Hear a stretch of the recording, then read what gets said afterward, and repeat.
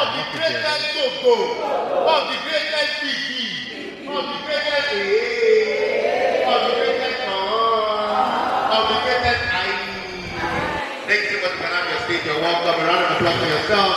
You're welcome to our call, ladies and gentlemen. I'm so excited. Please let's get my hands together for Amanda Uzoagwa. Let's get my hands together. Thank you so much for joining us. Like I said, she's an amazing dancer. How many of us love when you dancers they perform? If you're here, you cannot dance. Let me see, don't be shy. Okay, put your hands on. If you're here, you can only dance with your brain. There's always trap when you're sending it to your body. Let me see your hand. Tell your neighbor, say today is your day. Alright, ladies and gentlemen, let me welcome Akiyemi and Yoluwa. A round of applause. Funny enough, both Akiyemi and Yoluwa and Oza both received an award I think was last year for entertainment law. Let's get my hands together for them. I saw them on the same category. Let's also welcome Felix Uzoma. Let's get my hands together for Felix Uzoma. Let's keep putting our hands together. Thank you so much for joining us. Also, please be the resounding clapping an outstanding man. Let's get my hands together for Gideon Olaoye. Please, a round of applause for Gideon Olaoye. Another round of applause for him. He got here very early this morning and he has been paying up attention. I saw you taking notes. Let's get my hands together for him. Thank you so much. Alright, also, please help me make welcome an amazing man who breaks and defy odds for a living. First class graduate of the law school. A round of applause for Timi Agade. Small point people. Let's get my hands together for him. Alright, ladies and gentlemen, the next couple of minutes is about to change your life. Please pay your attention and bring out your writing material. I'm going to take questions bring after this final session. So please start getting ready. Thank you so much. One more time, please. I will get my hands together for everyone. A round of applause for them. Okay, so let's keep clapping. Let's keep clapping for our finalists. I think it's they've been saying they've been waiting to come and pour out their wealth of knowledge to us. And then, yeah, are we ready to hear from them? Wow, that is. Are we ready to hear from them? Can you tell them that we are ready? Can you scream we are ready? All right, amazing. So I think we'll just start with brief introductions because we have quite constraint in time. So we'll just go straight to it, right? So my name is Pinjayo. I'm a well, I don't like encouraging myself as a law student, right? Because sadly I'm still a faculty level student of law since 2017, right? So yeah, Sophia. Is the money? Okay. Good afternoon, everybody. Good afternoon, everybody. Thank you. I'm Sophia and I'm a Part 4 student of Faculty of Law. So it's wonderful to have you here. And I hope we're ready to take notes because these are wonderful minds and they have several achievements to their hearts. And yes, please enjoy the panel session. Thank you so much for being here. All right, great. Let's give a round of applause. Okay, so we'll have to make from our panelists. First of all, I'm going to do something. I've been awake since 6 a.m. I don't go at 11 p.m. So if I thought you have to clap, I'm very big. Thank you very much. Thank you. When I say so far, say so closer. So far. So closer. No. Off the mic. So far. I almost didn't tell down for you. Please guys, respond to. Thank you very much. My name is Ozala Power. I am the foremost entertainment lawyer in Africa. And I'm also a teacher. I'm also an author. Amazing. That's like triple veil. Hello everyone, good afternoon. My name is Amanda Zaba. I'm senior legal executive at G.O.A. Please a round of applause. That's amazing. Hello everyone. My name is Akiyemi and I'm a music lawyer. Akiyemi, music lawyer. How many of us are music lawyers here? Where is the refugee? See, the refugee people are here and he's not here. Hello everyone. Hello everyone. My name is Felix Uzoma. I'm a media and entertainment lawyer. I work in law enforcement. Please, a round of applause. A round of applause. Good morning, everyone. I am Obafemi Awolowo. Sorry, already. I'm actually a telecommunication lawyer. I'm the CEO of G.O.A. I work with the third networks. Please, a round of applause. Not easy. Can someone say wrong now? Can you say wrong now? Of the greatest difference. Great. You're sounding like OUI students. Of the greatest difference. Of the greatest background. Of the greatest football. Sure. Power. Right up for success, guys. My name is Tini Abaje. It's so good to be back to Ife Law. Before I say anything, I'd like to say maximum respect to G.O.A, my senior, and the essence that you got to speech. Thank you very much. I also like to appreciate Foza. I look up to Foza a lot. Foza is an amazing person. I think in law, good things like I'm always supposed about the criminal law every day. Nice to see you, Juma Felix, Olaoye, and everybody like I've not mentioned it before, but nice to meet you. So everybody, that's fun. Amazing.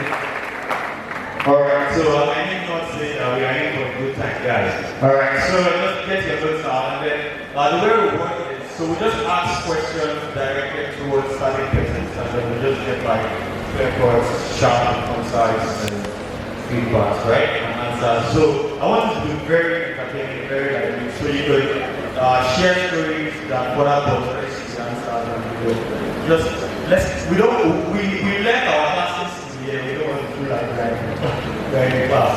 Alright, great. So I'm good. Alright, so I think first question for singing. Yes. Alright, cool. So I just mentioned that I have here. We all know that you are an amazing entertainment personality. A lawyer, distinguished one, a first-class lawyer, right? It's not easy. So the question you say is that how has your legal background helped you in your entrepreneurial venture?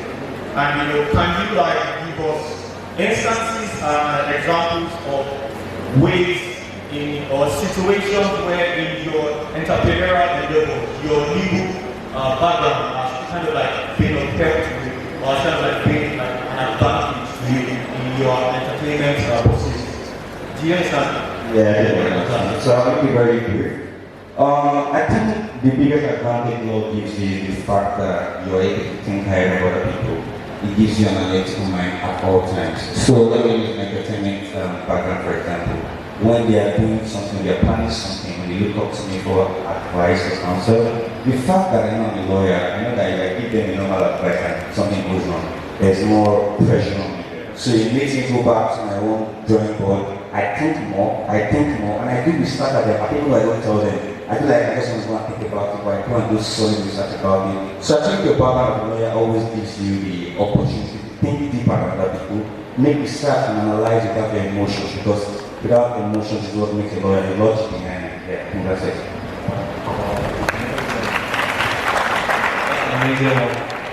Having that analytical mind, right? Sophia? Thank you so much for that reply. So the next question is to Amanda. I would like to say I'm a big fan of you, and thank you so much for coming. So, as an IT lawyer, in your opinion, how important is having a legal understanding for entrepreneurs, and why? So I think it's very important for them to understand, especially if their business talks across different questions. And beyond understanding it, it's better for you to hire legal counsel through your journey. So understanding the materials content really understanding the entire scope, for example, intellectual property.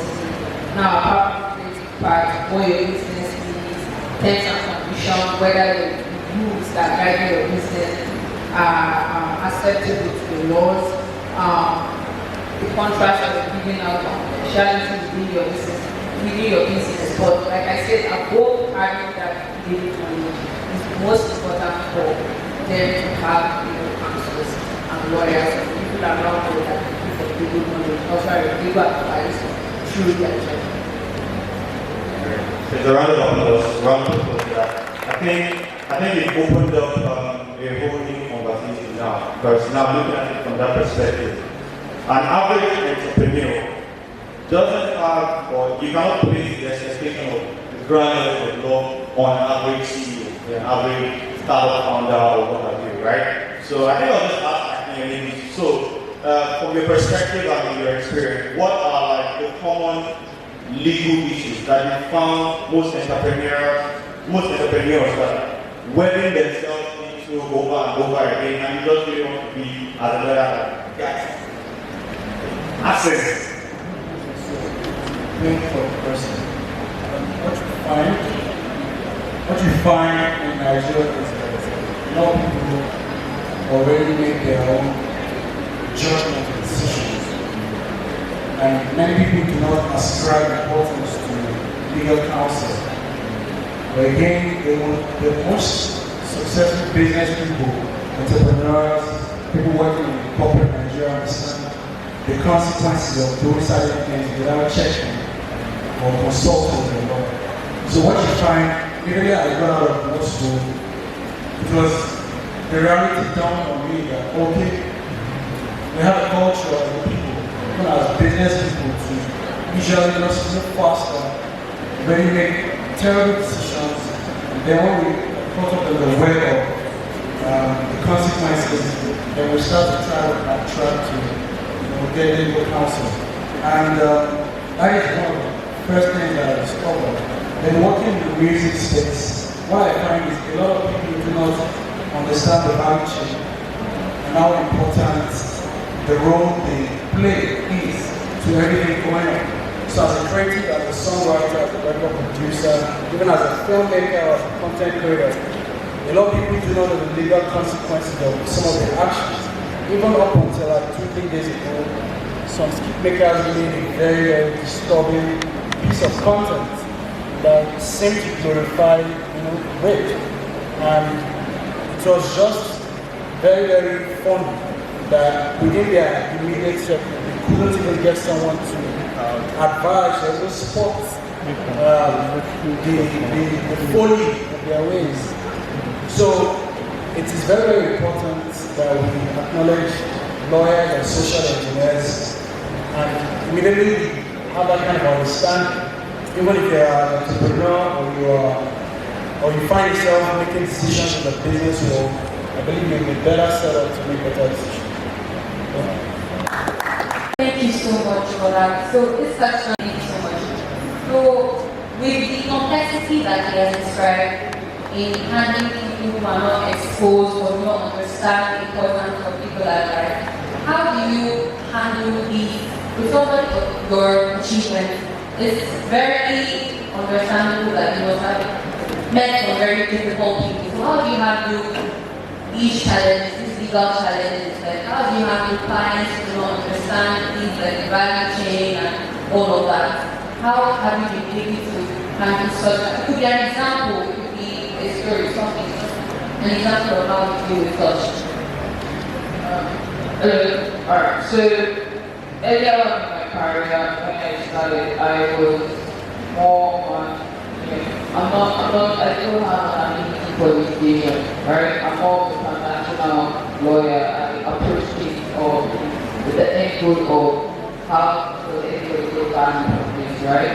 So, our industry, when I came into the industry, we have entertainment lawyers in the industry. So first of all, we are contending with people that Nigerians naturally don't value service, counsel, consultation, or whatnot. Then you now have people that are making money through salary or structured, just like German on the world, right? And I come and say, do XXX, which takes longer, but there's a long-term benefit, right? So my mouth is smelling at that point. So early in my career, there was a lot of, I practiced a lot of prevent kind of law. So I put things in place to ensure that you not get into trouble. Mid-career, I realized that the reason I wasn't getting properly paid was because we were not getting in trouble.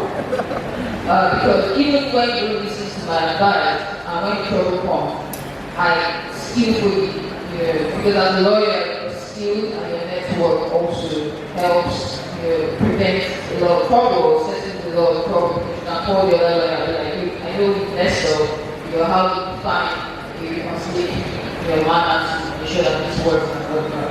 Now, at this stage of my career, I just hope honest. If you don't listen, it's your problem. And we are a generation where with 1,000 naira you buy MTN credit, G.O.A credit, FL credit, and you just type on Google what you need to see. So if you deliberately decided that you want to be obstinate, then you suffer. There's something on Twitter that looks like do stupid things, get stupid results, right? So it's like I'll tell you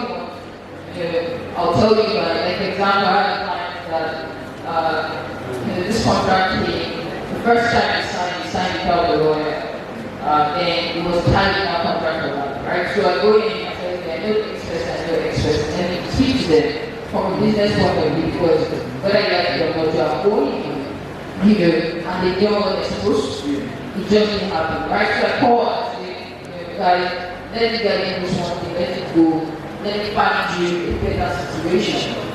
Then you speak to someone that told you, I'll fly you to Tanzania, I'll fly you to South Africa, and you come back to, after I've gone to find you a better situation, you come back to me and say, oh, you want to stay in that situation. I ask you why. He said they buy me a car. Alright, okay. So I just wrote an email and said, alright, you are said, my client has said, you are said, I collect my money, I do. In the next 3 years, you're going to start crying.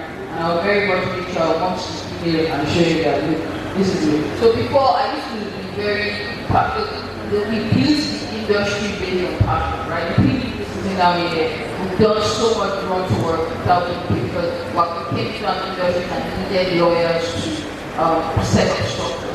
So I've spent 10 years doing this, and going forward, I think it's just. So you like balance now, right? You just like money. I mean, I like. Please can't give me a round of applause. Well, yeah, not much there. All right. So I think we'll just push the conversation a little bit further, right? As it stands now in this room, I can point to like 10 persons that I know that are like law students and are doing like several other schools, right? I myself. I did marketing at the startup in Lagos. I'm CEO of a design company. I do a lot of things. I know kitchen, like CEOs of the kitchen businesses. People who do their tech pros here. A lot of entrepreneurs, serial entrepreneurs here. I mean, Timmy was once, great fair, Ruth Steven, following that to step. A lot of top guys doing a lot of things. Now, the question is, such ask Felix, right?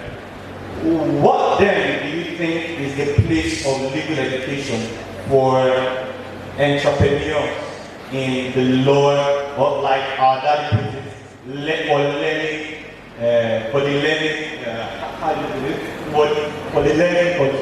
learning colleagues, So yes, so what place do you then think the legal education occupies in that space of budding entrepreneurs applications? Alright, thank you very much. I think it's important to, I was thinking we'll have more time. I don't think the LNC will be leaving as soon as possible.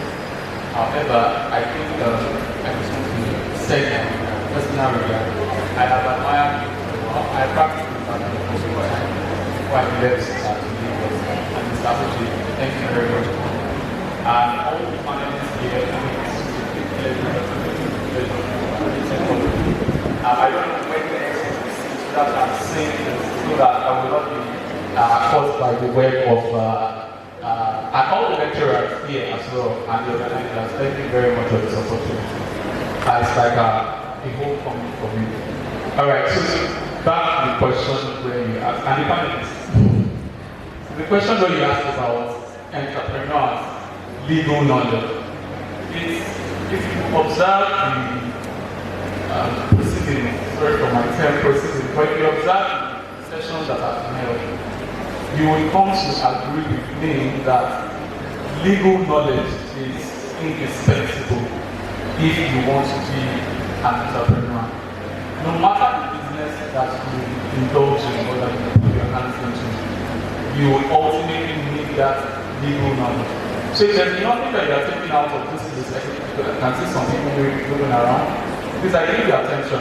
If there's nothing that you are taking out of this list, take the fact that whatever knowledge or experience that you are getting in school, from your 100 level, 200 level, 300 level to the 500 level, and go to law school, the knowledge that you have done or you have acquired will be necessary if you are not going to practice law.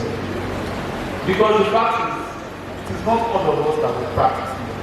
Some of us in business, I am in media, entertainment, I work in the radio station as a legal counsel, so we do super cases, the anchor programs, and produce a lot of programs that has to be law. So imagine a producer like Mr. Akin has said, is coming and is bringing, let's say, independent producers, and is bringing a production that maybe accuses the federal government without fact, or is maligning the image of another person. Your legal skill will come to play there, because you know this is information. I give you an example. So we do a program for Sarah. Sarah is a social economic rights and accountability project. That program is every Monday 11:30 to 12 in the afternoon. Sarah is already in court. If you are aware, the suit G.O.A and the suit federal government for NDC's placement of ban on China TV.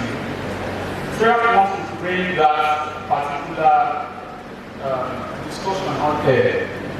And we know that, as a legal practitioner, the matter that is already for the subject is disclaimed, so you are not supposed to discuss such matters. And if at all you are going to, you are not expected to go through the nitty-gritty of the discussion. So we have to let them know that, yes, Sarah can do that as well, but we have to let them know that this is already important. We are going to discuss it, but we are not going to elaborate on it. So that is where your legal knowledge comes into play when you are in business. So even as a lawyer, and I'm doing my business, we all have social media handles and platforms where people follow us. We also give legal advice. We also give one or two things that guys and all that. So your knowledge is not a waste at all. That is one thing I want you to understand. Anywhere you find yourself, knowledge is not a waste. Knowledge is meant to add up. So finally, like I said, I practiced for 3 years, and I'm moving into something that is out of practice. And you are asking, why do I have to go through that path and then move into it? But you can see that the knowledge that I've acquired in practice is now helping me job that I found myself that I'm actually doing at the moment. So, as an entrepreneur, you will need legal knowledge for whatever you do. Thank you.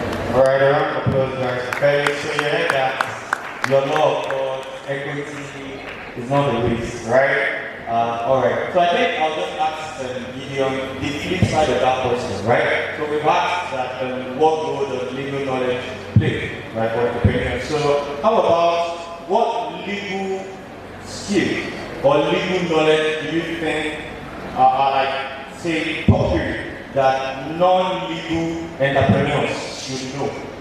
I don't know if you get that. Thank you very much for the question. What we probably observe is my own panelists. Well, we'll switch to the question. First is drafting skills. Any businessman may have to have a drafting skills. As a lawyer, what we have most times in business is our drafting skills. I draft this on my correspondence on my phone with all organizations. When I write to organizations, I write them myself. And they are good because a lawyer. So a non-lawyer has to make sure you possess a good drafting skill or have an expert who can draft. Second skill is negotiation skill. All your legal skills is needed in business. During use my consultancy services as a fish farmer. What I do is I use my knowledge of negotiation skill in data to find my way through with my clients. Even when my co-founders on YouTube contact me for information, because of my knowledge in law as to compliance and regulation, I'm able to put the score straight. I'm able to find my way in getting a client. For example, there is a particular contract for farm sector that Fish Academy was to do. And there's a man, a client abroad, contacted Fish Academy and he contacted me. So, because of our conversation, confided in me that most of the information I'm giving and the semester guidance I'm giving to me is of high previous than what Fish Academy has been doing. And in fish farming, Fish Academy started before.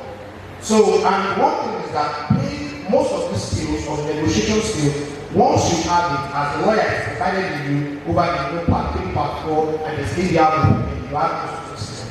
So, as a non-lawyer, you need to make sure you have these negotiation skills to be able to buy your interest for you to convince your client and make sure you have the higher demand for your services.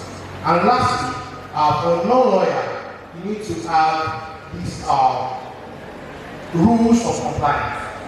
For example, as a businessman, even when I was just a year into the business, my business already registered as a businessman. And I have retirees, fathers who have been in the business for years, and they could not register their business. It was easier for me because I have a legal knowledge as to the document, things I need to have, filing and all that, so I keep my data up to date. So when the opportunity comes, for example, when I was doing my NYC here, we had this entrepreneurship challenge because I started in Benin in Edo State. So this entrepreneurship challenge, so we have to draft a proposal. So my drafting skill comes in, my knowledge as to law comes in, and luckily I emerged the winner. That was most of the knowledge I had. Other students or graduates from other institutions could not really become here at the first initial shortlisting stage because we do not have the drafting skill and we do not have prerequisite knowledge. So these are things that help. Also, when I registered for the Code Legal Foundation competition, I put as a man of the winner if I did not have the prerequisite knowledge and I did not have what it takes as a lawyer. So if you are a non-lawyer, make sure you possess those two skills, drafting skills, negotiation, and make sure you have compliance and regulation. So that's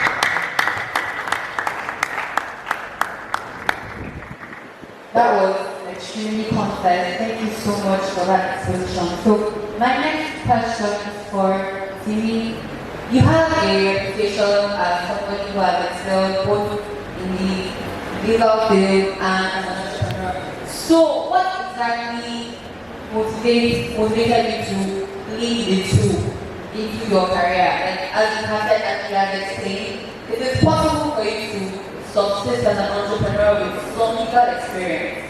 It's possible for you to stay as a legal personality. So what exactly is the reason you have decided to use them into one for yourself? Alright, I don't think that question should have been for me. I should think you're being a proposer or partner. But I'll try my best to just chip in. So from my undergrad level and my secondary level, let me say from secondary school, most of us are lawyers who are from the hard class. And from my secondary school, they always see people like actors and serious people. They feel it's the sciences that are the ones that is hard to lead, or they have the brains, or they have so I was science at the point in my life. I left science now. Now back to entertainment, entrepreneurship and law. Same thing in law school, when I got to law school, it was only people that were in front, there are people that are serious with class, that should get the personal.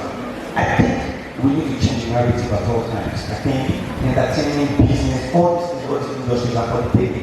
Lawyers are the custodians of the culture. Wherever industry is striving today, they are not lawyers, they're going to suffer something. And people like us going to those industries, like what Kuza said, that at some point I was an entertainment law. I've been to a job interview before, and I told them I had to be an entertainment lawyer, and they laughed at me.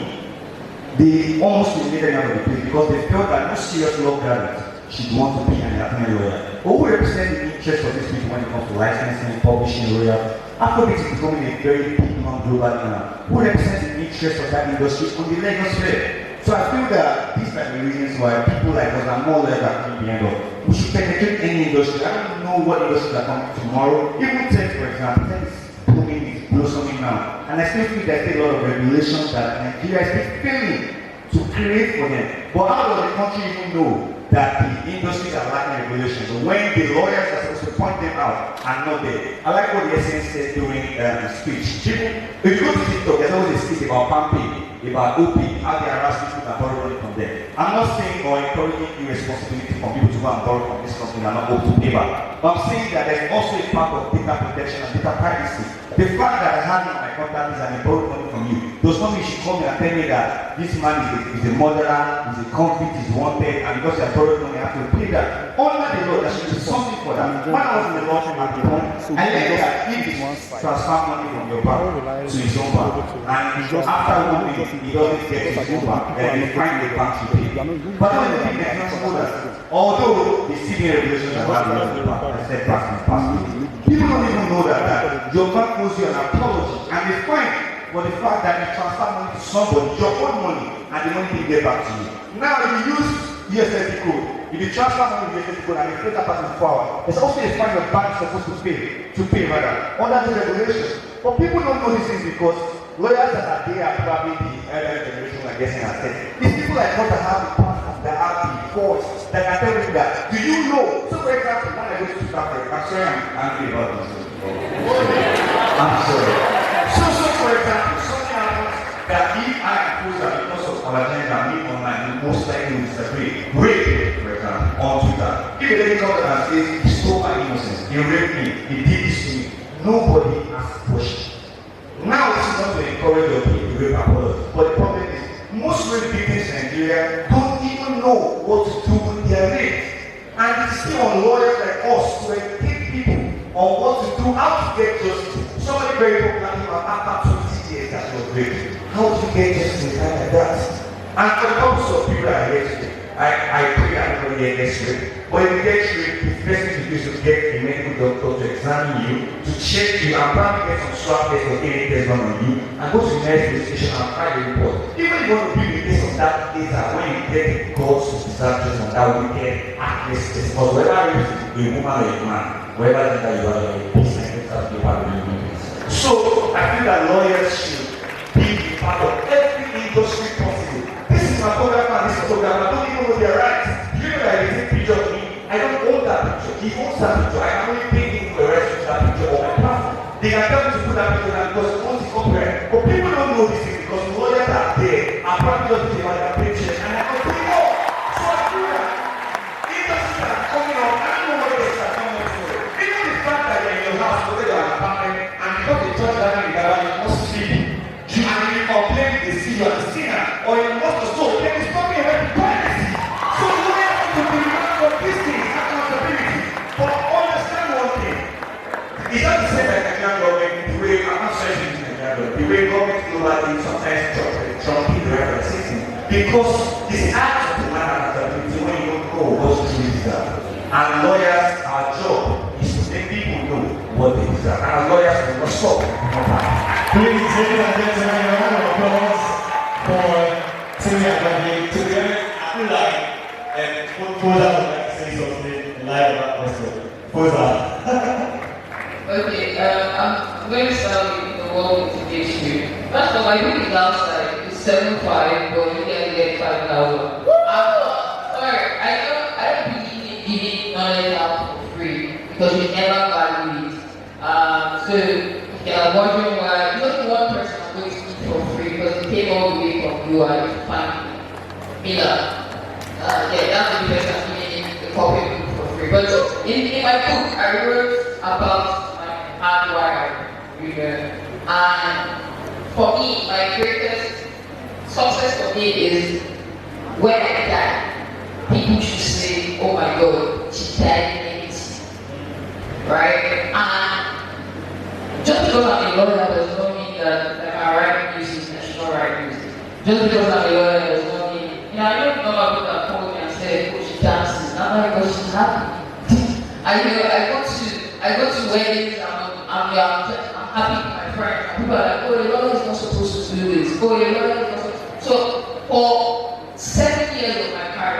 a lawyer is not supposed to, a lawyer is not supposed to, a lawyer is not supposed to, and I'm just like, guys. I started becoming very reasonable, right? I go out like, oh, Fosa is this, Fosa is like, I'm just like, I can't dress the way I want to dress. I can't do what I want to do because a lawyer is supposed to. And when you look at, who set these shoes?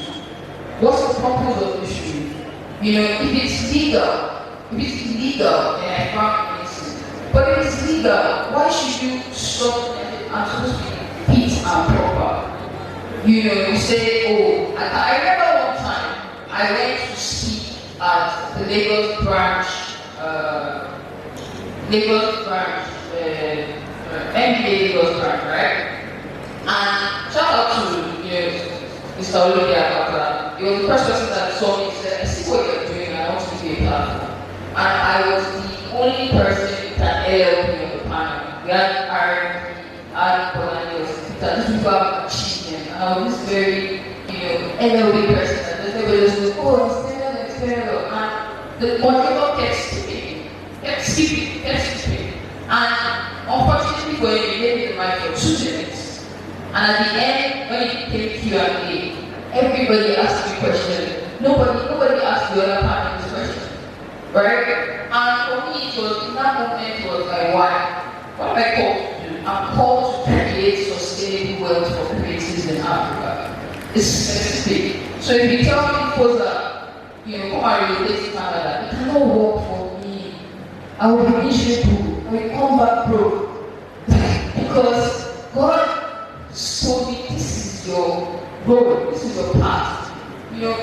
So because if you give a vision, God does not also tell you, oh, if you be on Instagram or you be on Instagram that's my path. Right? Doesn't mean that someone comes to me and says, Akinyemi does everything, why not me? I'm like, it's not me. That's what God has told me to do. Right? I'm sorry, right? I can't come on and say things like, so where is the 1 billion naira you said in this entertainment industry? Or many lawyers that must go to a corporation, multinational corporations that have been paying them money and say, what you're about to do is very monopolistic, and they say they are withdrawing your multi-million naira retainer, and everybody cancels you. But for me, is that I don't get the council now is that have I stopped you from ensuring that 6,000 people in the industry are not broke? I'm satisfied. But that might be another person. So you need to understand your why as a person, whether you're a lawyer, whether you're an entrepreneur, what's your why? Because it's not you're doing another person, you're trying to be like TV. I started selling the book, my Gen Z next, he said, oh, you have to make a TikTok. I tried it twice. I'm like, oh, this is not for me. Does it mean that, the person on TikTok, guys on TikTok, for one post, they're making $2,000. I don't make $2,000 in 2 months sometimes, reading 100 documents. So, and I think that millennials, we are fortunate and unfortunate. When we were in primary school, we were learning abacus, pasta. When we go to secondary school, shorthand, Microsoft, now we're dealing with NFT. Do you know when I started experiment 20 years ago, I was dealing with my problem with producer should not publish. Now, oh my God, AI is seeming like Kanye West. So my why is, because of my why, I will wake up in the middle of the night and read the copyright act and pitch 4 hours. But I don't like to write. I'm not a public speaker. So does that mean that you're not going to government? I know I'm going to government at some point, but I never campaign. Because I'm too proud. So what am I doing is that, my friend, I see that we share the same values. I'm making money. I'm going to start funding your political career because you can do that. You can lay hands with the lions and run the mud and still come out. Yeah, no, once I see you doing rubbish, I will insult you. And you know that small insult I've been doing on Twitter 2 days ago, DSS and last week came to my office. But I think I was coming and said, "This is supposed to no come and say about talking to the crickets in the OAE."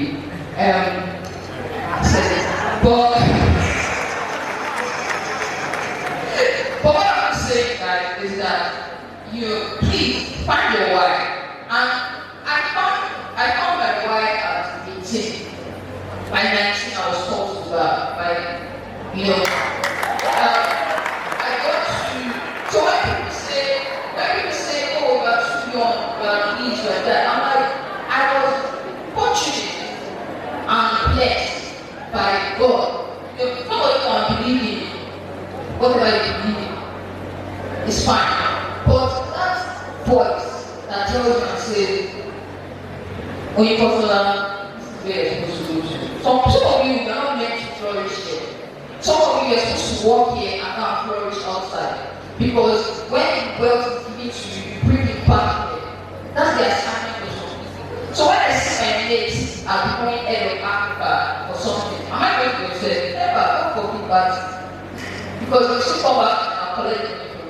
Because my own job is here. So I just want to tell you that, you see, don't feel bad if you don't found your purpose. Because all of us are, see, what I used to condone at 20, the way I spoke at 20, I can't speak now at 30.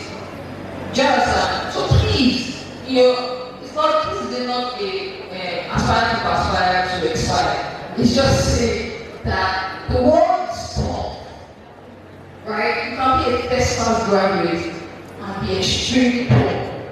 You can be a third class, I shall get.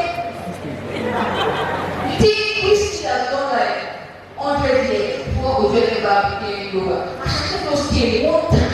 Yes, it was on this day, when I said to people dance, I said, yeah, 230, but it came in, whatever it is, that's his own destiny. His destiny is that as he's coming and sees that opportunity, it's going to be exponential. No one of us here can explain it with anything like that, because that's his destiny. So don't compare yourself to someone else. So if you see my legacy, doing what he's doing, so eloquent, so sharp, you see OG so sharp, you see, and now say, "I want to be in a team." Is that your calling? Is that what you're supposed to do? Do you understand? So please, because once you find your why and you put hard work, the moment I guarantee you take it to the bank anywhere, the moment the light comes on you, nobody, even DSS, cannot stop you. Please, a round of applause for Koza. So I think your message now, the message is everybody gets it, but don't say your own will pass through. In that sense. Please, a round of applause for our I would say every entrepreneur, after you register your state, next thing you need to do is ID portfolio. What aspects of your business fall into this? Now, trademark registration is always very important. Like you protect the brand. So be it your brand name, be it the brand color, be it something related to your brand that everybody is going to know. You don't need to be popular yet, but you run the registration. Register it and keep it down. If you're into fashion design or making apparels, you start thinking about industrial design. If you have any peculiar design and you know, okay, tomorrow if someone takes it, it's going to be an issue. Yeah, but then the thing is a lot of business people setting for online credit. When I post it, I'll just make myself credit. That's what I mean. If you don't have any document, any proof to show that you're actually here first, creatively, it's going to be an issue for you. So register your work. If it falls under copyright, like within the music, film industry, the photography industry, creative industry generally, copyright is automatic, but it doesn't cost to take that step to register the copyright. Now, trademark for all business persons, whether you're in the creative industry or not creative industry, you have a brand to protect. So trademark registration is very important for you. Then I think that industrial design and patent, different innovation, pharmaceuticals, creation of apparels, any form of design, say to exactly the moment your design is going into any industrial process that eventually leads to numbers. Copyright no longer protects it. It switches over to industrial design. These are things you need to know. But like I said earlier, I don't think at the same time when you're budgeting about how to run your business, you should budget about these things as well. So it's always important for you to have a legal person by your side to get to advise you like along with this is registration that is necessary. Trademark registration is not forever. So if someone needs to tell you, oh, you need to renew the registration. Thank you so much. So, emphasis on what we just said earlier, legal knowledge is important. Whether you are in legal field or not, it's important to know these things. Thank you so much. Alright, so I think our time is already running up, so we'll just do last question for Akemi. We'll be using it and we make a lot of money. So, in the nearest future assistance or presence that we are seeing now, people are becoming more accessible, they're becoming more knowledgeable about their rights, about what they're supposed to, what is theirs. We are also going to be seeing more of virtual shows. We remember during the lockdown, people held concerts, virtual concerts. Has that ever happened? Can we ever affirm that something like that will happen? No. But because of technology, because the world is evolving, like Alexis has said, globalization, technology, and migration, people are moving from one place to the other, that is having a huge impact on the industry. So we see more virtual e-contracts. Before now, you will need to come to the studio if I want to do an interview session for you. But we will do Zoom, we will do calls to you, we will do virtual conversation with you. So that is how the world is evolving. You want to sign an MOU, so we also have agreements with for instance, G.O.A, you try to have a program and those and you do around May. So we do this MOU. We have partnerships, but you don't know this is present. All the does is to send it to us, we do the contracts and we send back to you. But before now, you will need to be present physically. We will sign the agreement, we will sit down, bring it here, you will sit down here, I will sit down here, but the world is changing, it's evolving. So that's one thing we should understand. That so many other things, we have AI, we have chatbots, like exactly. Thank you for reminding me. So you have all those things coming on board, and that is going to really impact on the practice of law and even in our industry. But most importantly, it's not the evolution that we should be concerned about. What we should be concerned about is how do you and I, as lawyers, how do we latch on to that evolution? When you say you want to have a niche for yourself, you say, okay, in cybersecurity, for instance, or in intellectual property, or in media entertainment, or in talk shows, these people have agreements. Independent producers, you want to come and produce a program, maybe 6 months, 1 year, you sign agreements. When you want to have a meeting in that industry, that's what lawyers should think about. Because ultimately, if you don't catch up with technology will leave you behind. So as lawyers, for me, in the nearest future, in fact, we are seeing now, we are seeing growth, we are seeing development, we are seeing improvement, we are seeing a lot of structure now in legal states. But we need to be prepared. We need to be prepared to fit into that particular niche. And just like Fosa has said, you need to find your calling. If your calling is not for media and entertainment, you want to do litigation, use it too. A lot of people are into litigation as well. And you become very senior level for business student, you become judges, you become Supreme Court justice. So just find your niche and be prepared to fit into that future that is evolving, that is evolving on a daily basis. Thank you.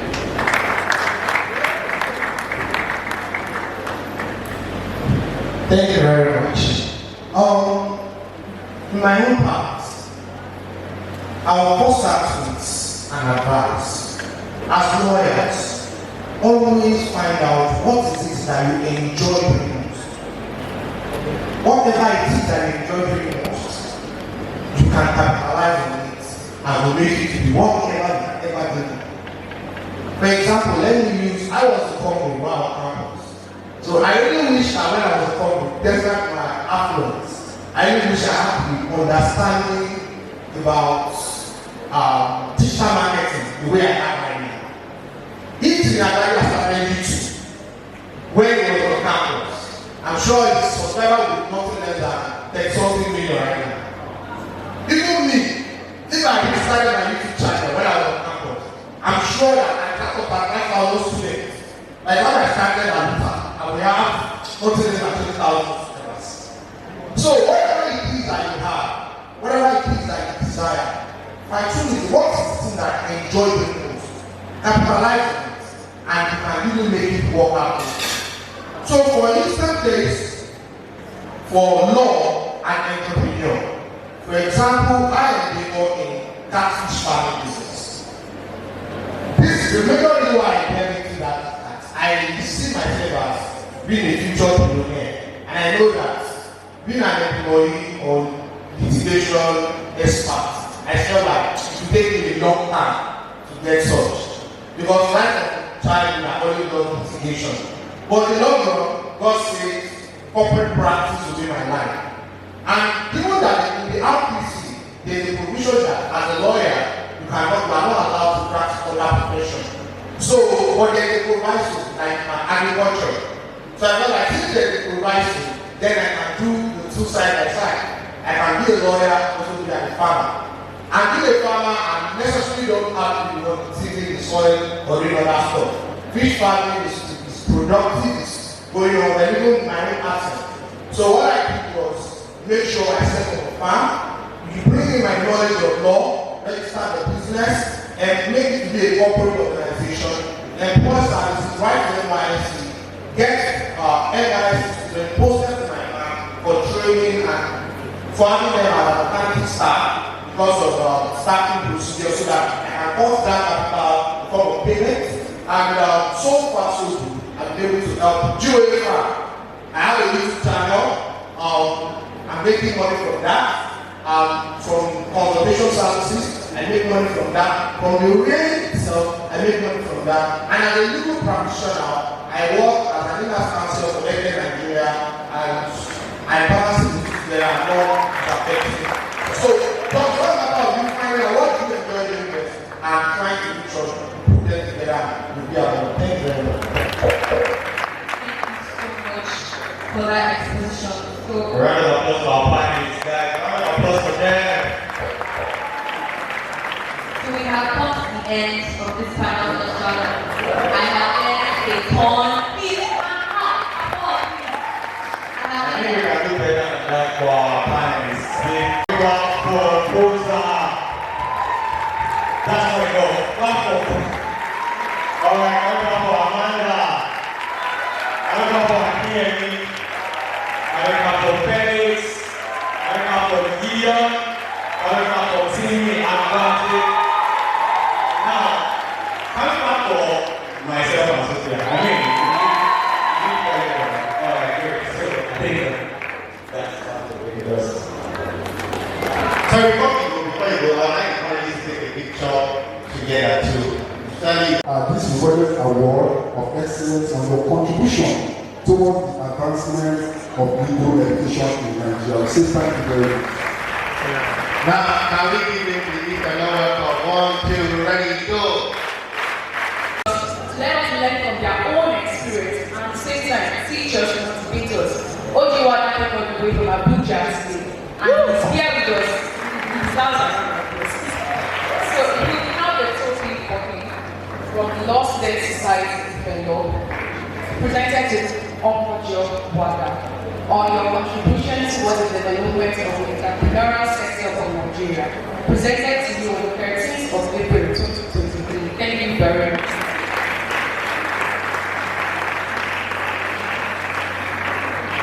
We COSA, from the leadership of the Law Student Society, and my colleagues entirely, we present this award to you. From the Law Student Society, the Law Refugee Award, presented to you this day, 13th of April 2023, on your contribution towards youth development in Nigeria. We appreciate you so very much. Let them hear that. Now, one way or another, that OAE award, in the city, and look to brag about it. Let them hear that family, the gentlemen. Professor Idi Adediji, for your contribution towards the advancement of legal education in Nigeria. Congratulations.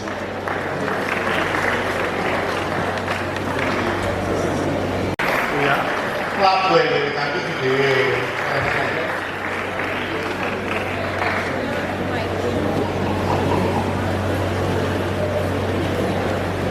This award is presented by the Student Society, the Law Refugee Award to Tini Agaji on your contribution towards the advancement of the entertainment industry in Nigeria. Presented this day, 13th of April 2023. Thank you.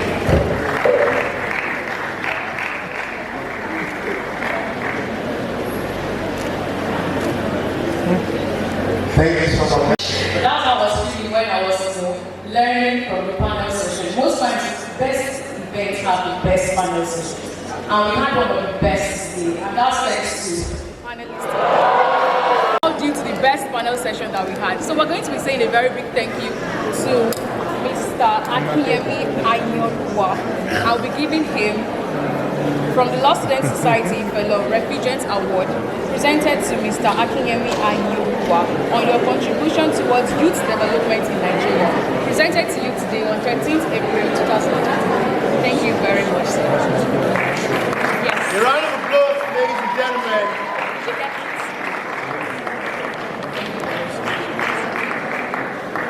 Student Society Fellow Refugees Award, presented to Felix Uzoma on your contribution towards the advancement of the entertainment law in Nigeria, presented on this day, 13th of April 2023. Thank you very much. Let your minds together, ladies and gentlemen.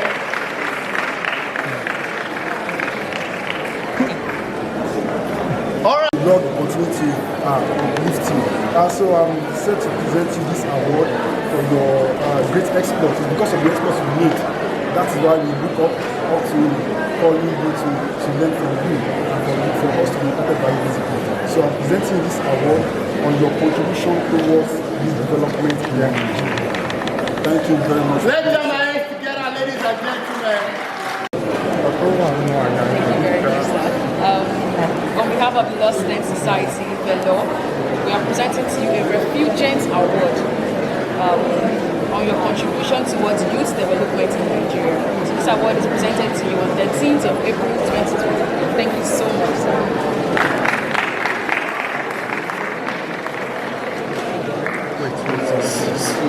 No, sorry.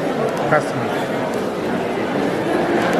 Yeah. All right, ladies and gentlemen, we are almost done. Can you hear me?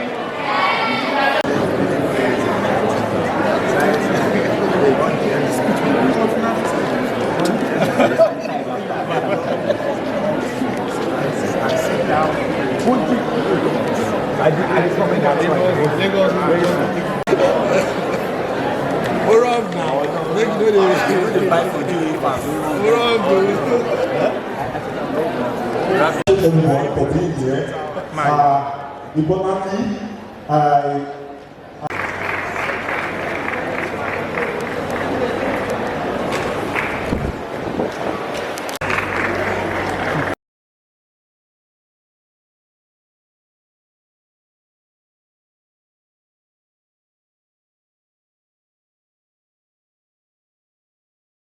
together many titles, the Lord, your Lordship, barrister, and the likes. At the beginning, we all enjoyed the silent jokes. I mean, that beautiful but sometimes crippling emotion haunts me, and we're like, am I better than everyone now? I mean, I study a supposed superior course. This feeling is one that must be threaded with caution, because the path is but a line of thread, and in the end, not everyone that starts the race ends up finishing it.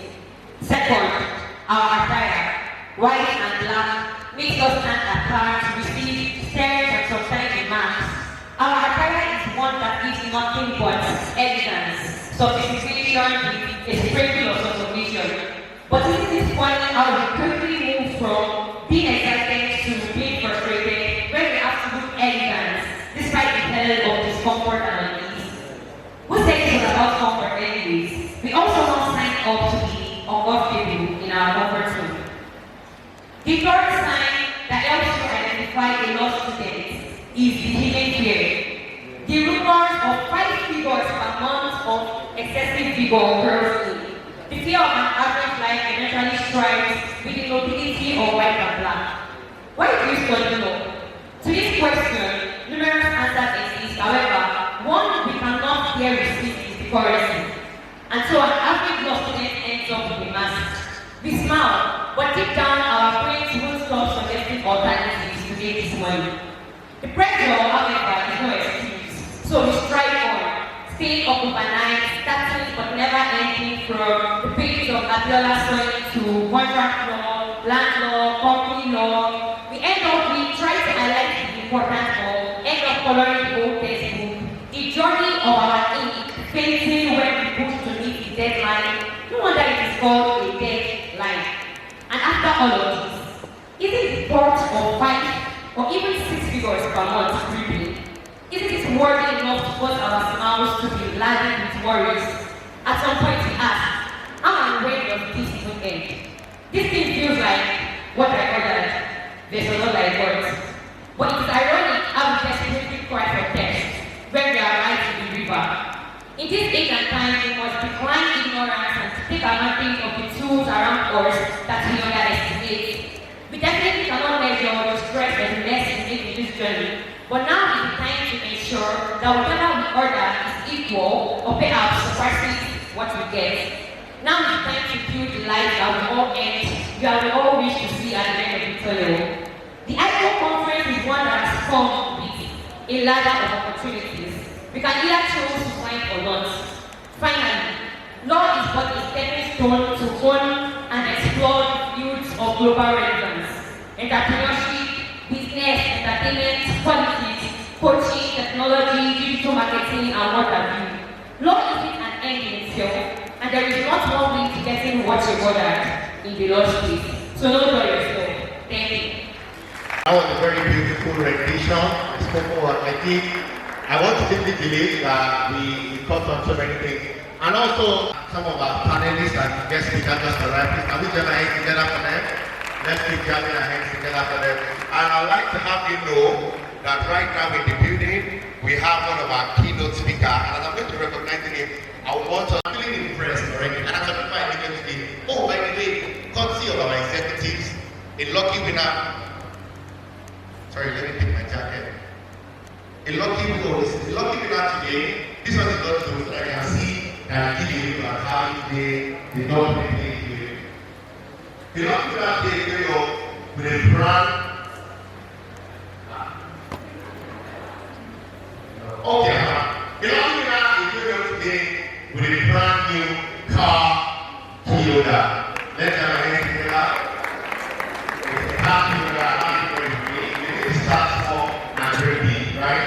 That's specific like you that, right? By that, so but for now, I'm not going to understand you about. Tell me the time you have your car, you understand? I know they ask some of us the car that you can afford now. I think I really can afford cars. It is pertinent and of immense necessity that I give due protocol. First and foremost, I would like to transfer very reverence to Almighty God for making today a reality. You know, the Bible says, or maybe it's the Bible that says, so I'm a pastor star, so it is what I represent. That you are not people here, and you will know that. So we give God glory for making today a reality. Also, the grand patron of the event in absentia, Madam Yusuf Ali, SAN, the MC, Olusegun Abibola, SAN, who will be with us shortly, Mr. Omojo Wada, the Dean of the Faculty of Law, Professor A.A. Adedeji, the Vice Dean, Dr. Rahimi, all our panelists of the day, in person of Mr. Tini Abaje, Ms. Fawini, Ms. Karimot, Mr. Felix, Ms. Amanda, Mr. Akinyebilo, Mr. Gideon Olaoye, all lecturers present, invited schools and members of the Law Students Association of Nigeria. I welcome you all to ICO 2023. As I was saying, related to my confession is relating to a particular cartel that was established about some 60 years ago. I want you to follow my story. This particular castle was invented in 60 years ago, and ever since then have vetted people of great personalities. The cartel I'm talking about, the edifice I'm talking about, is the Faculty of Law, Obafemi Awolowo University. Ever since establishment, Obafemi Awolowo University, the Faculty of Law has vetted numerous personalities, people of great and immense exploits in one field or the other. And we have decided in our own capability as Executive Council to bring some of these persons to come and charge us, to come and talk to us as regards a very important subject matter. Gentlemen and gentlemen, instead, I want to bring to your notice that this event is one of a kind, as it is the first ever entrepreneurship-related law conference ever established in the establishment of this faculty. I think it deserves a round of applause. So I welcome you all to ICO 2023. You are welcome. We've made everything available to receive you. ICO is International Conference on Law and Entrepreneurship. And the basis of this conference is the response, is the supply to the demand of the reality, of the current reality of the legal framework. It is actually we come to for as regards protecting the benefits of being a law undergraduate. What will become of you when you are a graduate of law in the law field? That is. Good morning, everyone. My name is Adekule, and I'm here to talk about Vesti. Vesti is an immigrant hub where we help people to migrate out of the country. Simply, right from last year, there's this particular word that people come on. They talk about G.O.A. So the best plan for you, if you want to G.O.A, is through Vesti. We help people and human capital. People also, if you want to travel out of the country, and also we help with the financial aspects too, whereby we create a USD dollar account and we can help you operate a US bank account through the app. Most of the time we have students who want to travel, one or two courses abroad, and when it gets to the level of proof of fund, they are always having issues with that. We have a loan aspect where we help people with the proof of fund. We have a loan aspect to where we can help you with financial issues. On the Vesti app, what you download, it's very, very easy to use. It's on iOS, or you use Android, it's on Play Store. Just search for Vesti, and it's user friendly. What you download, just complete your level 1, 2, 3 KYC, and you are step to achieving your goal of living the country.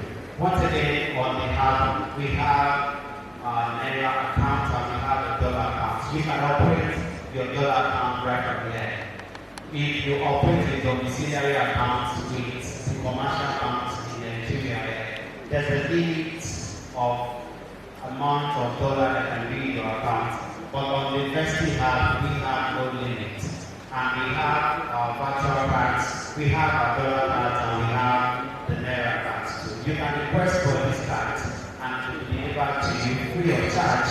One thing about our own card is that when you have applied for a request for your card and you make use of it, we don't do monthly charges and there's no extra charges when you use the ATM. So when you request for the card, just put your location as OA campus or email, then it will be delivered to you free of charge.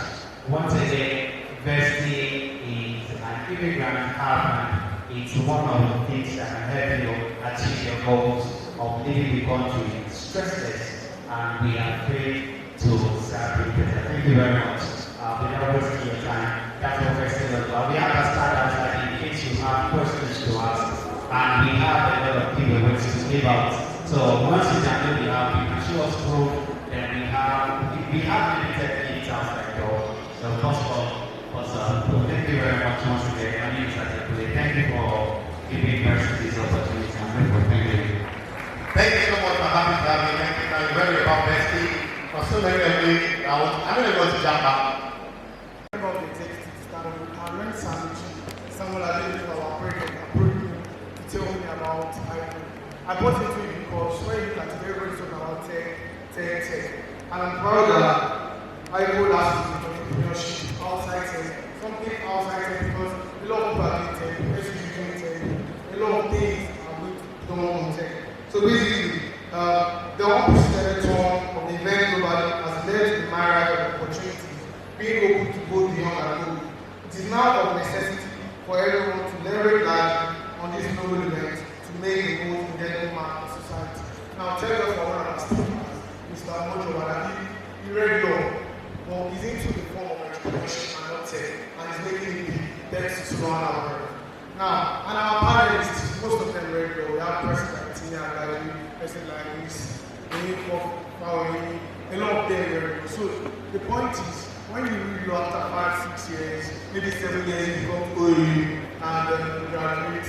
You don't necessarily need to go into law, you don't necessarily need to 9 to 5, you don't necessarily need to say my word. You know, just opportunities out there, vast opportunities. Even Mr. President himself, he's into a lot of entrepreneurship opportunities. And mentorship and entrepreneurship opportunities, I will get to the executive council. Now, focusing on midnight innovation, leadership, youth participation, and development in both legal education and business model and land. The Law Student Society brings the best of its kind conference, which bridges the gap between the law and average students from the commonplace reality of society. The idea is to spark the fire of innovation in the mind of law students and regard the transformational approach the legal is taking due to the development of technology and strategy. The event touches areas of legal innovation, business, leadership, and technology. I wish everybody here from all the invited schools, Redeemer, University of Ibadan, and everyone else to come a nice time. I go to power part of the guys. So there'll be a session of pitching ideas. So may the best memories be, and welcome to everyone and have a nice time.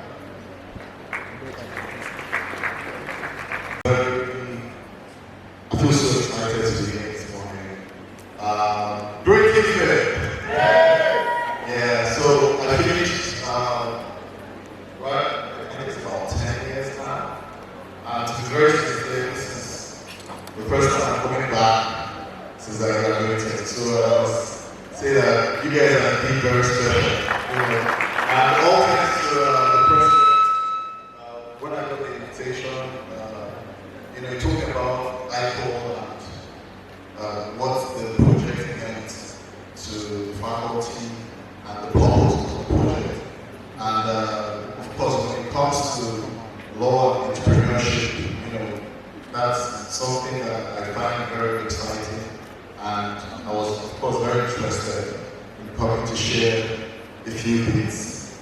I understand that this is supposed to be a keynote speech, but the truth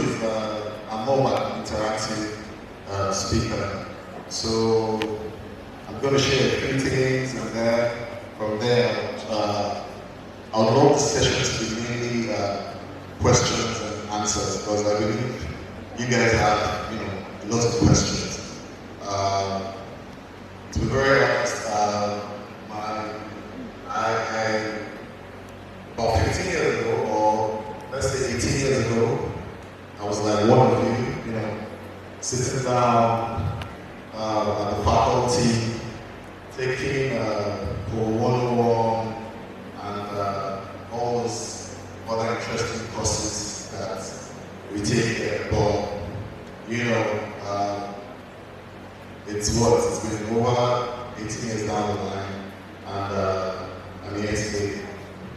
So the topic I was going to talk about was how to finesse entrepreneurship with law.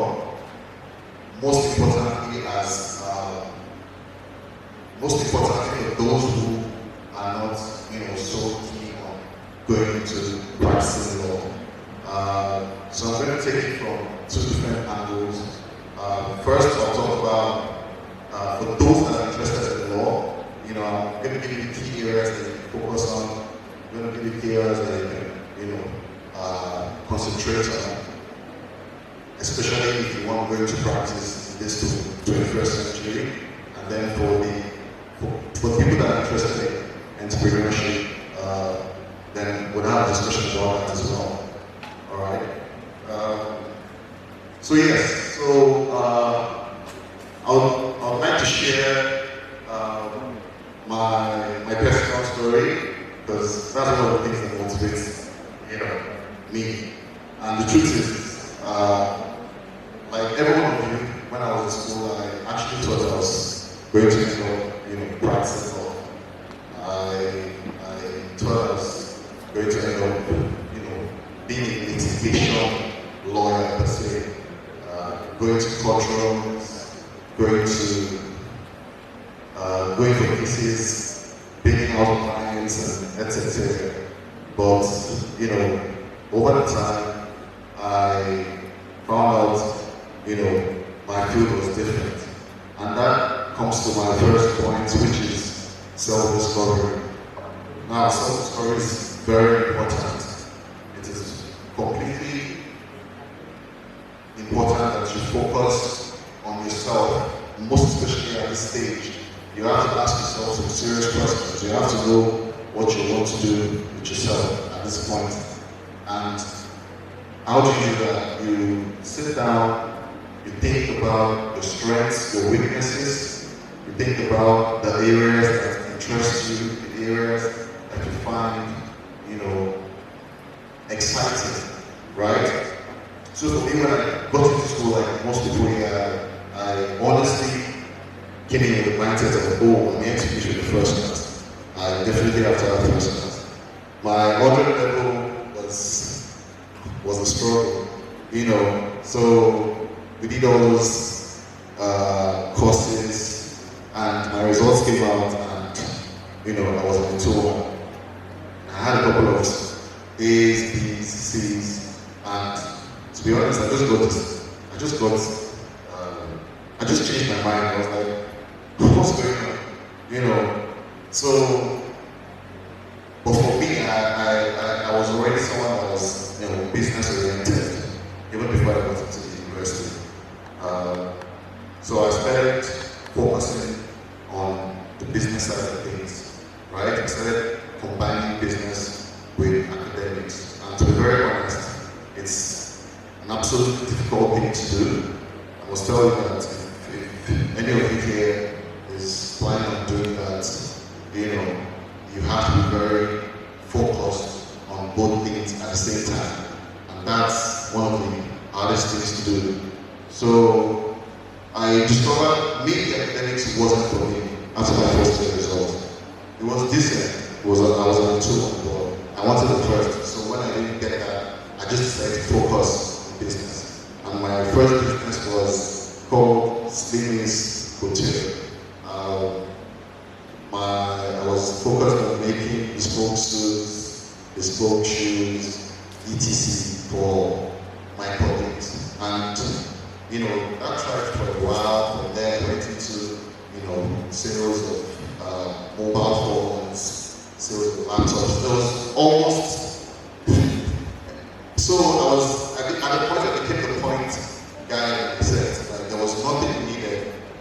all you just had to do was ask OJ, and OJ will get it done. But and that was very good, you know. I was feeling very excited. I made my first 1 million in, I think, 300 level. Was a big money then. I'll tell you guys what I did with that money. But you know, I was feeling very excited. But then 300 level came, and one day one of the lecturers that was here called me to his office, you know, and I don't think he's around here. He just told me, I was sort of like, why is this guy calling me? Just sat me down. I was like, OJ. I was like, listen. Then he showed me my results. And trust me, it wasn't that bad, but it was a lot of D's and a lot of C's. And it was like, what's going on with you? And, you know, that was when I realized that I was focusing so much on business and forgotten about academics. So from there, you know, that took a very big hit on me. I decided to, you know, just take it easy on business and focus on academics. My 400 result was good, 500 was good. I was able to create a balance, right? And, you know, all these people finished well. But the truth is, I had already discovered myself, and I knew that, fine, I love law, I would love to, you know, be affiliated with the legal profession, but what excites me is business, is delivering service, is helping people, is being able to, you know, someone telling you, oh, I have this problem, and you're able to solve it. And that was what, you know, led me to discovering Solo & Co. Right? Solo was, I discovered Solo & when I was in law school, to be honest. But that wouldn't have happened if I had not gotten the necessary background training that I needed from school. And I was able to gather that experience because I discovered myself early and I started early. So I'll tell you about Solo's story. It's a very fascinating one. I was in law school and I was about to start my exams. I was like, okay, if I start my exams, what next? What do I do? Right? And I'm like, okay, yes, you're going to get called. I'm like, okay, after call to about what next? And I'm like, okay, fine, I need a weighing down, right? And then it came to my mind because Instagram, social media was just popping then. I was like, okay, fine, where do I buy a weighing down from? And then I went online and I searched weighing down. And trust me, there was no company, right, in Africa selling weighing downs online. And I was fascinated by that. I was like, wow. I only found two companies, and those companies were in UK. Then I did a little bit of, you know, research, and actually discovered that there was no company in the entire world selling wigs and gowns on Instagram and Facebook. And that was when I saw that, okay, fine, there's a problem and there's a solution. But then the truth is, if I had not discovered myself in university, right? Trust me, I wouldn't get to that stage, you know. My school days was a struggle, right? Getting money to invest in business was difficult because, you know, I'm this kind of person that even when I had a different accommodation, when I was a kid, I'll probably just invest in the business and, you know, I'll just stay with my friend for a while and pray for the business to succeed. If it does, fine, I pay for my space. If it doesn't, I just get back to the drawing board, start over again, right? That was how I wanted. I could start myself, deny myself names. I didn't really, I just wanted to be successful, right? So when I found that opportunity, I already knew it, I already recognized it because it's something I was conversant with. You know, like I said, I sold a couple of items in school, so I already knew how to discover an opportunity and how to start it up. So all fair and good, I was like, okay, fine, let me set up the first website, sales of wigs and gowns. And that was what I came up with www.solohandle.co, right? And that was in 2015. And I also set up the first Instagram page for weeks and months in the entire world. That was Solomon and Co. or Solomon Para. Thank you. So, the truth is, I did all these things myself. So when I started the company, I didn't have any money, right? I was like every one of you from a middle class family trying to, be successful out there. But luckily for me, my state had a bursary system. So I remember the state gave me 100,000 then. I can remember I already had a laptop that I saved up money from. That's what. Yeah, so I said I was going to tell you guys what I did the first 1 year I made. And the truth is, what did I do? So there was this phone ring then, BlackBerry Push. I don't know if you guys know it. Yeah, BlackBerry Push. It was this fancy BlackBerry, tax status and all that. And trust me, I took half of the money and I bought that phone. Right? That was the worst decision of my life. Apple frustrated me. Apple ended up, slowing. So that was very fun. And there were many times where I was living good. There was this hotel called Camera. I was staying there for days. It was maybe 8,000 per night there. Can't remember. Yeah, but that was how the money went, right? But luckily for me, I was able to buy a laptop. I was able to buy a phone. So I had all those things. But trust me, when I started Solo or when I knew about Solo I knew that I needed money. The only thing that came to my mind was, I'll sell the laptop. So straight up, I sold it. To be very honest, I was just an iPhone 5. I sold the iPhone 5. I got a technical panel. See something, I can't remember, but I knew it was a technical panel. You get all people will say, a lot of people told me, OJ, it's always selling the things. What's going on? Pardon my vision. But that was the reality.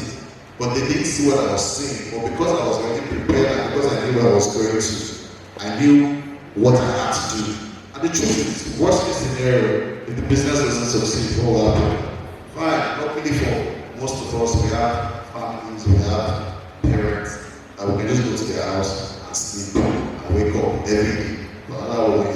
Don't send you, they'll give you food, morning, afternoon, night. So me, that was the way I was thinking. I was like, okay, fine. If I put all my money into this business and it doesn't succeed, worst case scenario, I go back to the drawing board and I start over again, right? But then, luckily for me, the business was a big success. And that's one of the reasons why I'm standing before you here today. To be very honest, the business has done amazingly well. If you want to have a rough calculation, right? Just say average product price, Solar Pro, 150,000, right? Average price multiplied by 12,000. You understand? That's almost 2 billion. So, a lot of people don't see those numbers, but that's how good the numbers are. And, it's been amazing. We're in 6 countries now. We're in Gambia, we're in Zambia, we're everywhere, right? And, that story of someone was just like you. That was just like each and every one of us in here. So, if you're someone like me that is passionate about entrepreneurship, right? I'm here to motivate you that, don't give up on that dream. But at the same time, you need to learn how to balance both sides. You need to learn how to balance your academics, because trust me, your academics are very important. And that goes to the second phase of my life, because academics was quite mandatory to the position that, Solomon led me to, right? The fact that my academics was good, I was able to get, decent opportunities. The fact that I was able to listen in class and know a couple of things, in real estate, in commercial law, hospitality, etc. That also opened other doors to me. So for me, it was quite amazing, because after Solomon, I was like, okay, what next? Fine, OJ, you're an entrepreneur, I like business, I like to make money, what next? And I was like, okay, fine, let me start investing in real estate. I started real estate investments, I did myself a target, I was like, okay, every year, trying to buy 2 to 3 properties. I started doing that, and after that, I discovered hospitality, right? and the austerity aspect of my life that I discovered actually resonates around me discovering myself as well. I like to travel, I like to stay in decent places, and so when I discovered that part of myself, I was like, fine, let me give people something similar to the type of experience that I like myself, I like to enjoy, and that's how I came up with Cilio. Cilio is actually it's an amazing property. It's in Lagos. There's Boho is in Abuja. It's an amazing property too. I have other hospitality investments in Ghana. I have a beach house. I have a restaurant. So I mean that's all came from Soloan, because Soloan was the foundation. You understand? So it's easy to make money, but another thing people forget is what to do with the money, how to invest it, where to take the money to. You understand? I'm not really here to give everyone, a keynote and give you different lines on do this, to do this, do this, to do that. I'm not that kind of person. I tell you from my personal experience and, share my personal experience with you. I feel like a lot of you here will be able to, think alike, because I was once like you, right? I was here, I was seated, all the courses we've done, I've done it, all the things you're going through, I've gone through it. I stayed in Angola, my other level. I will stay in Angola here. Okay. I mean, part 2, I moved to Faj. Part 3, I felt there was money now, so I moved to Portland, right? How many Portland boys are here? Hey. But what are the Faj boys? I think everyone stays in town now, all the big boys. Where do you stay in the first? And also the co-founder of G.O.A. Alright, here's my question around fraud. So I'd like to get an advice from you. Which would you rather recommend, raising money from angel investors or going to VCs to raise money, or probably just bootstrapping with the long? Which would you rather, because of case of like this? Thank you. Good afternoon, sir. I am Atambes, and I run the Person business in Ife. So my question is about structures. One will call you a serial entrepreneur. So how do you start building structures for your business? I mean, you have multiple businesses. How do you handle all of those? I mean, about recruiting, getting the best analysts. Yes, that's the question. Thank you. Good afternoon, sir. Thank you for the session, sir. In being an entrepreneur, I want to ask, which of the team you have to is it the drive, the capital, or the concept? Okay. In being an entrepreneur, what should be the best? Should it be the drive, the capital, or the concept? Thank you so much. Present your hands together for everyone last question. You have to have a dream. You have to have a dream. You have to have a drive, right? You have to have a concept, and you have to have a capital. But if I'm going to, think it, right? The drive will have to come first. The drive has to be there. Then the concept, right? Then the capital. Capital should always be the last thing. You understand? The most important thing is having that amazing idea and knowing that fine, this is an idea that will work, or this is an idea I think will work. This is something that can invest in. You try to push it to the next level, and then your capital will come eventually. But don't let your capital be the most important. There are businesses you can start without capital now. We're very sincere. Social media is very easy. There are lots of businesses. One of it is you can decide to be a realtor, right? A realtor is one of the easiest ways to make money. All you have to do is take pictures of people's houses, find out who the house owners are, post them on social media, market them, and get people to buy and make 5% as agencies. It's that simple, right? You don't want the property, you don't want anything. All you do is go on the phone. There are lots of people that are making money. I don't know if you guys know anyone else reality in Lagos. There's so many people like that now. That was how it started. My friend is Abuja car. I don't know if you guys can check it on social media. Abuja car. This guy doesn't own any car when he started. All he had was a phone, right? He would go around, take nice pictures of cars, posted on Instagram. He puts his mark up. And he kept doing that until right now he owns one of the biggest car lots in Abuja. There's no cars he doesn't have. And he buys them now. Do you understand? Especially with just his phone. So social media is a very important tool, and a lot of you have to be able to, find how we can use that to make the best out of it. The issue about fundraising. For me personally, I would always suggest that you try and push your business to a particular stage before seeking for fundraising. Fundraising shouldn't be the basis of the business, right?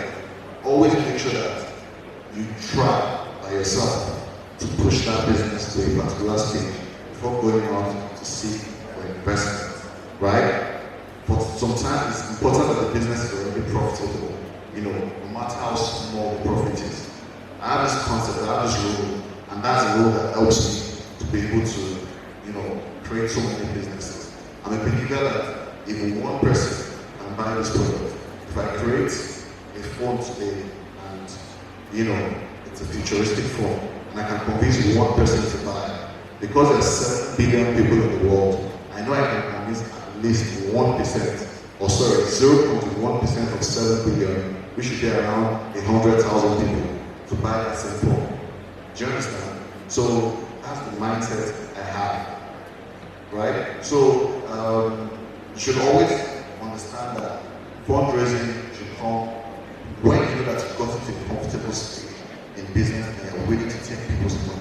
Because it's fine to take people's money, but if you squander it or if you handle it, wrongly, without the right experience, without the right team, it tells very hard on you. And that might be the end from day one. But then, do whatever it takes to make sure that you can gather your money, right? See, when I started Solo, there were years that I would see calls about coming. And I knew that, fine, I needed to invest in the call, right? And I didn't have money. But I had a car, right? After my first 2 calls, I was able to buy my first car. Was a Toyota Corolla.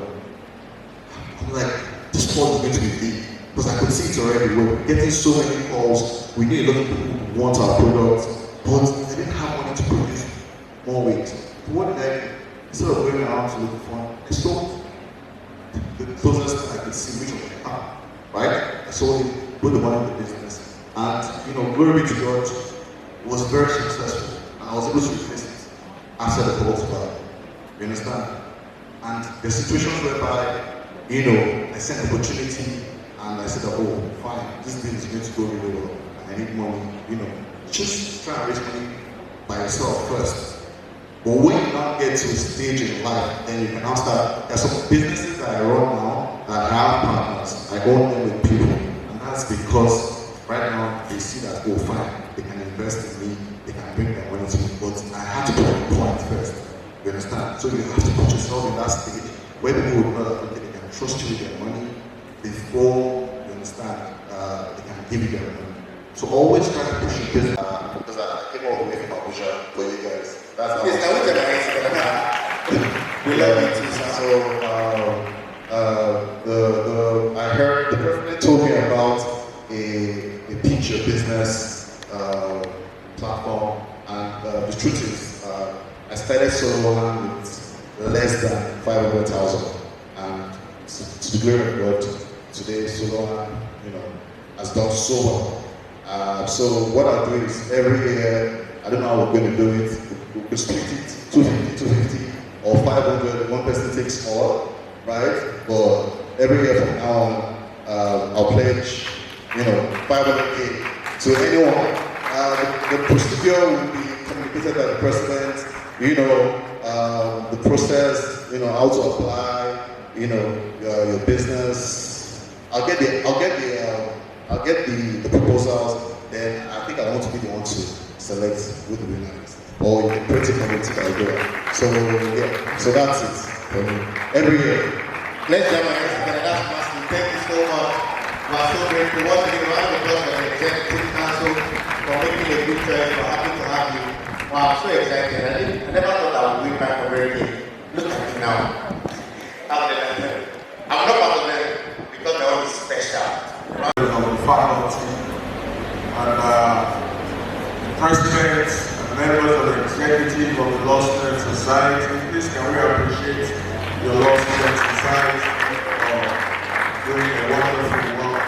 Even when I didn't have time, they basically entered into my bloodstream to ensure that most of what we're doing today becomes a reality.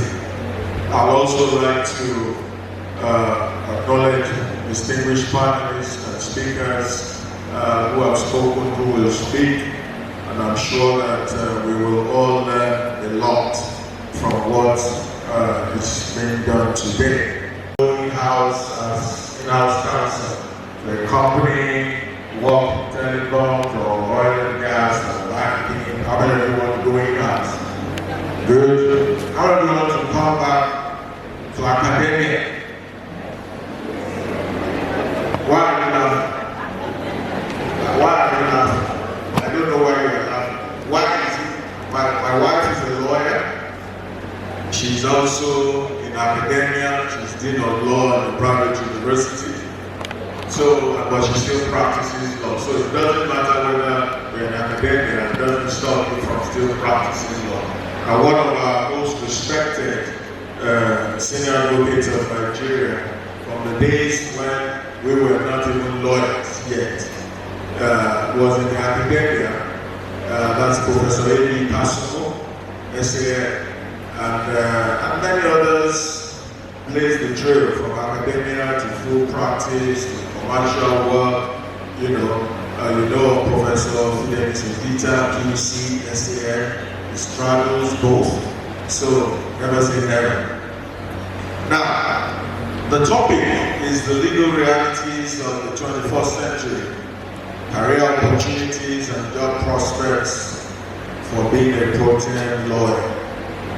I would not want to bore you with talking about the various areas of that you can practice law. You can use your skills and knowledge of law to take a career. I'm sure that in the course of this engagement this afternoon, a lot will be said, if not yet said. But let me start by saying that there are things that you need to come to terms with in the 21st century. There are 21st century realities for lawyers. Even if you don't want to accept it, it has become a reality, and we must live with it. The first reality which will happen predates the 21st century. The first reality that hit the legal profession was globalization. Globalization of world trade, goods and services broke down boundaries, broke down borders, broke down jurisdictions, and made it possible for you and I to exchange ideas, goods, and all of that across territories. And based on that, the need to also have legal services across territories evolved. And based on that, we have lawyers, even foreign trade lawyers, flying into different countries to carry out services, except there is proper regulation to deal with that. So, the 21st century evolved a global business environment, created a convergence of world business and trade in common markets, dynamic changes in commerce, not just for the individual, but also for nations. The world is not static, neither are the economies of the world, whether developed or developing nations, static. So there is a need for you and us, budding lawyers, to breed and build the kind of responses that will make us current in this globalized environment.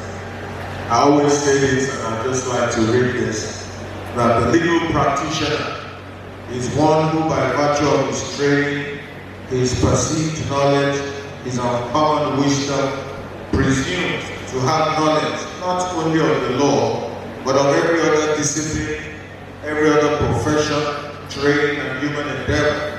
because he's exposed to all manners of experiences, and all of which constitute a pool of intellectual resources available in him. That's why a lawyer is to the engineer a professional with inventive solutions, to the doctor is a specialist with the cure to his malady, to the businessman is the shrewd advisor whose discernment facilitates more returns in successful deals or monetary damages better than his company's balance sheet. And of course, the politician, the lawyer is simply the man whose wisdom can set up a king and pull down another. And so, the lawyer has a robust capacity to be able to be all things to all men. And so, as a 21st century lawyer, and with the numerous challenges to business-minded professions or professionals, it's imperative for us as lawyers to enable ourselves appropriately to discharge the responsibilities that legal service engineering will demand of us. The second incursion that transformed the 21st century, which again predates the 21st century but has been accelerated since the 21st century, is technology. Technology is a paradigm shift, and it has, in the last 2 or 3 years, been further accelerated with the COVID lockdowns. And so, if as a lawyer in training or even in practice, technology has not influenced the way you are trained or the way you are practiced, then we are living for small.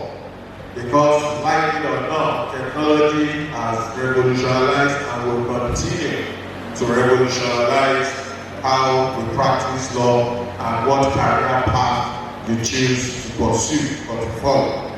To keep up with the demand of the digitally changing world itself, whether working in a law firm or you are working as in-house counsel in a company or in whatever field, you will have to deploy technology to perform routine tasks of legal research. That's why you have Wikipedia now, that's why we have LAW AND ENTREPRENEURSHIP now. Those are tools of legal research that technology has provided, nexus, practical law. These are all tools of legal research, and that's what technology has done. So if you are going in the academia line and the practice line, without these tools, the practice or the academic pursuit itself will be limited in scope. Again, technology has enabled us as practitioners to review contracts and legal documents. It has brought in more sophistication to normal functions, routine functions. Like my brother said, you have chatbots that enable you to do things better, faster than you would have done it manually. To communicate with clients, you have the use of predictive analytical tools, even in litigation. I noticed that when my brother asked how many of you want to do litigation, not many people raised their hands. And when he asked how many people want to become senior advocates of Nigeria, he counted 5. Well, let me challenge you that litigation is not as tedious as you might have imagined. Yes, I've practiced law both as a litigator, as an arbitrator, as a mediator, as a business lawyer, and so I understand that litigation is important to every other field. And I tell you this, I say this to every young lawyer that I have the privilege of sharing thoughts with.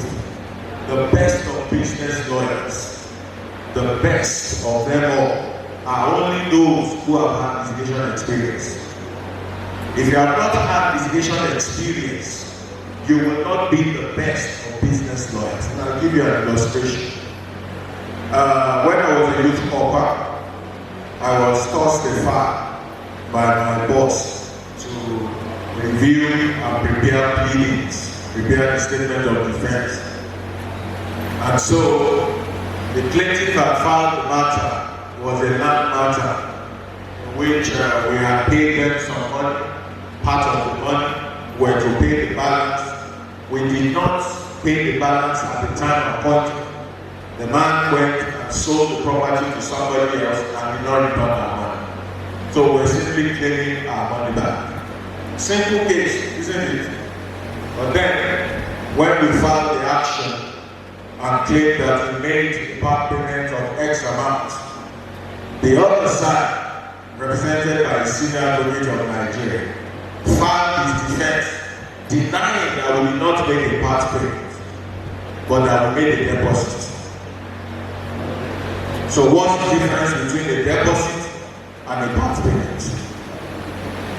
Is there any difference? Anyone, do you think there's a difference between a deposit and a part payment? They are also a bit confused. You know why? Because in English language, it looks like the same thing, isn't it? When you say you made a deposit or you made a part payment, it's one and the same in G.O.A.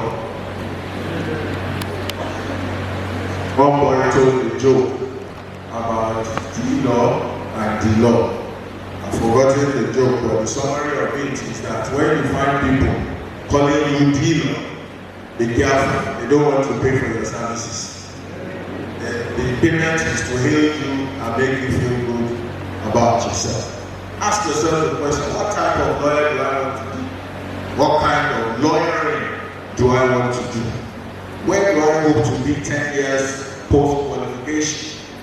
These and other questions should arise in the mind of a new entrant into the profession if you are desirous of becoming successful in the legal profession. Answers may not be readily available even to the most visionary of persons, but at least it offers you a platform for a meaningful soul search and to develop your inner motivations for excellence in the course of your pursuit. You may not have scholarships, bursaries, ready jobs, and all of that, but in the face of these discouraging experiences and frustrating working conditions, it is that vision that sustains you. It is that vision that prepares you, that propels you through your tedious times of pupillage, through the developing years, and prepares you for a successful legal practice. You know, there's an English saying that says lawyers are a dime a dozen. That's because of even if you look at Nigeria, every year over 4,000 are being graduated and called to the bar and the law school every year. We are not churning out 4,000 jobs every year, not even every 5 years, but we are churning out over 4,000 lawyers every year. And so you can see the pressure will always be there. But even with that, what is most important is for each of those 4,000 coming out to come out with a vision that will transform their future. If you lack that vision and just want to earn a degree, then it creates problems down the road. The mark of a lawyer of distinction is the vision that separates him from the rank and file of the ordinary lawyer. Today's lawyers can no longer remain an ordinary lawyer. Today's lawyers can no longer remain an ordinary lawyer. Just come to the bar, what do you do? I do landlord and tenants, I sell land, and I do real estate. Half of those who will tell you that, oh, I'm into properties, they are just commission agents. That's an ordinary lawyer, no matter how much you make. But others are ramped up and developed. I'll give you an example. He was a lawyer that transformed LSDDC processes in Lagos. You know, Lagos does not have so much land. Their land is limited compared to other states, so they've been filling. The traditional thinking of real estate lawyers is you buy land, you get C.O.A, you build on it, or you sell it, you transfer the title based on your C.O.A or conveyance. But when Lagos realized they did not have land, how many C.O.As? How much money will the state make when your land area is already limited?